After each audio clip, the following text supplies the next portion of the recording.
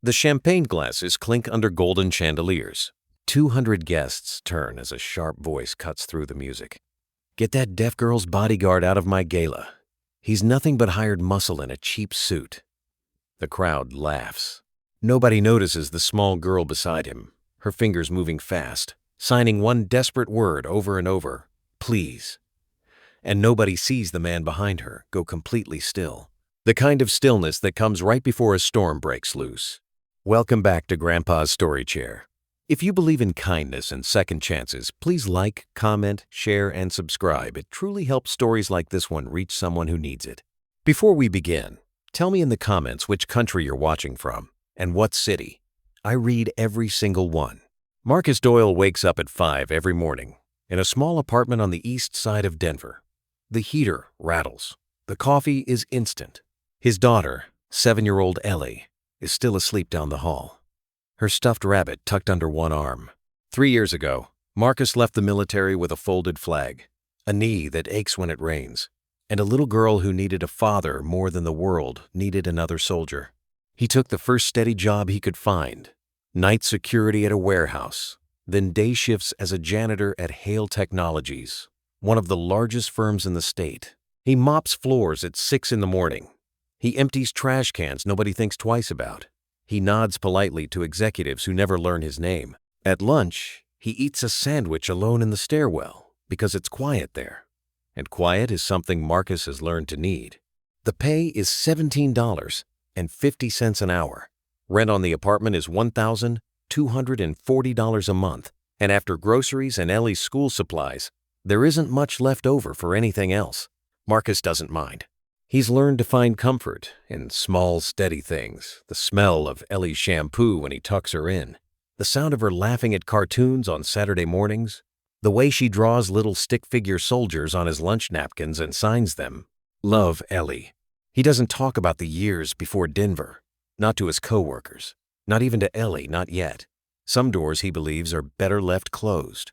When people ask what he did before this job, he just says, "A little of this, a little of that," and changes the subject before they can push further. What Marcus doesn't know yet is that in 6 weeks, one of those doors is going to be kicked wide open in front of 200 of the wealthiest people in the city by a girl who has never once heard the sound of his voice, but somehow understands him better than anyone else in his life. The call comes on a Tuesday. Richard Hale, the company's founder, wants to see the janitor. Marcus assumes he's about to be fired for something small, a misplaced supply cart, a complaint he never heard about. Instead, Richard Hale is sitting behind a desk the size of a boat, looking at a single sheet of paper, Marcus's old service record, quietly pulled by HR during a background check. Nobody bothered to explain to him. 12 years in the Navy. Search and rescue.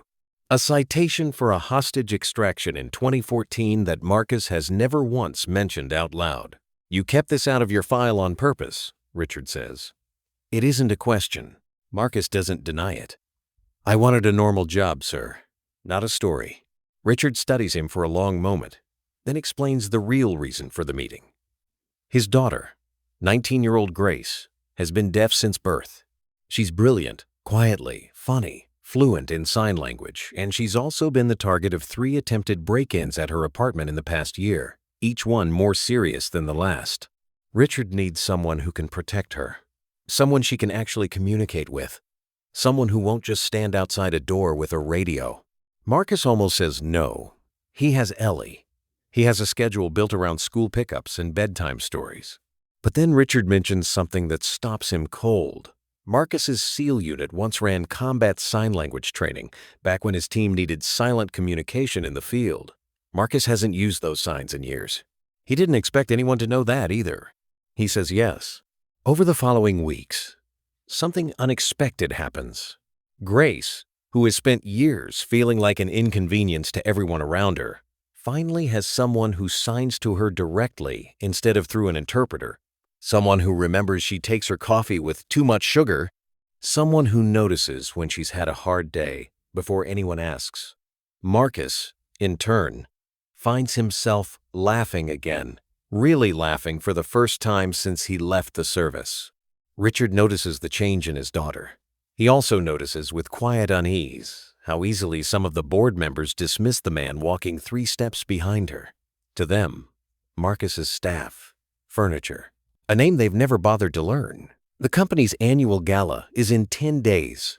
Richard insists Marcus attend as Grace's official security inside the ballroom this time, not outside it. Marcus tries to decline. He hates rooms like that. But Grace signs something to him that changes his mind. "I feel safe when you're near me. Please stay close." He agrees, though something in his gut warns him this isn't just another shift.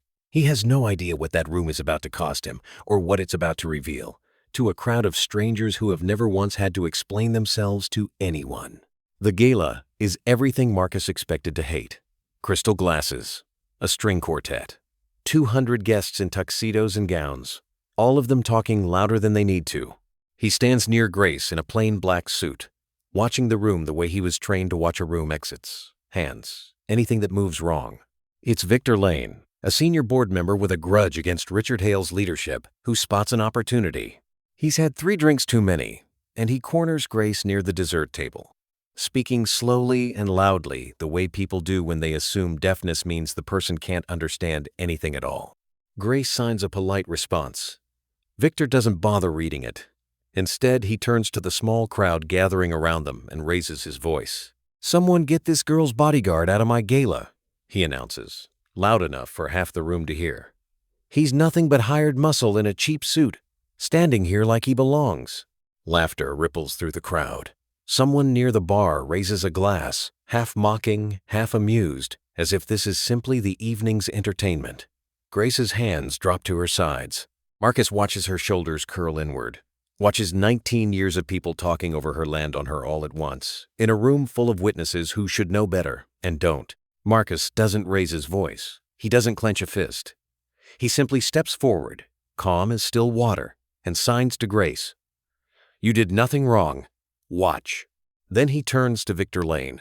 "I'm not her bodyguard tonight," Marcus says quietly. "I'm the man who trained combat sign language for a Navy SEAL rescue unit for 6 years. I'm the man who pulled 4 hostages out of a compound in 2014 using nothing but hand signals because sound would have gotten them killed. And right now, I'm the only person in this room who actually listened to what she said." The room goes silent. Richard Hale, who has just arrived at the edge of the crowd, hears every word. Victor tries to laugh it off, glancing around for support that no longer comes. That's not possible. He's a janitor. I've seen him mopping the 4th floor. He's my daughter's protector," Richard says, stepping into the circle, his voice carrying the full weight of the room. "And starting tonight, he's also head of my family's private security. Something you should have asked before you humiliated a 19-year-old girl in front of 200 people, Victor." Grace signs one more sentence, and this time, Marcus translates it out loud for the entire room to hear. She says, "I've been ignored my whole life. Tonight, for the first time, someone finally spoke for me instead of over me." There's no applause, no dramatic exit, no revenge scene, no security dragging Victor Lane out in handcuffs. Richard simply asks him to leave, quietly, and the party continues, a little softer than before. In the weeks that follow, nothing about Marcus's life becomes flashy. He still wakes at 5. He still makes Ellie's lunch, still checks her homework at the kitchen table. But he no longer eats alone in the stairwell. Grace visits sometimes, teaching Ellie a few signs, the two of them giggling over inside jokes only they understand. On Sunday afternoons, the 3 of them sit on the apartment's small balcony, Ellie signing clumsy letters she just learned, Grace patiently correcting her with a smile that never used to reach her eyes before. Richard Hale, for his part, never turns Marcus's story into a headline or a press release. There's no company-wide email, no plaque on a wall. He simply makes sure from that day forward that everyone at Hale Technologies knows the janitor's name and that no one in that building ever again mistakes quiet for weakness. Marcus doesn't need the recognition. He never did. What he needed, what he'd been quietly starving for since the day he left the service, was simply to be seen. Not as hired muscle, not as a uniform, just as a man who showed up every single day for the people who needed him, even when nobody was watching closely enough to notice. Grace still can't hear the string quartet, or the laughter, or the apology Victor Lane never actually gave her. But for the first time in her life, she doesn't need to hear it.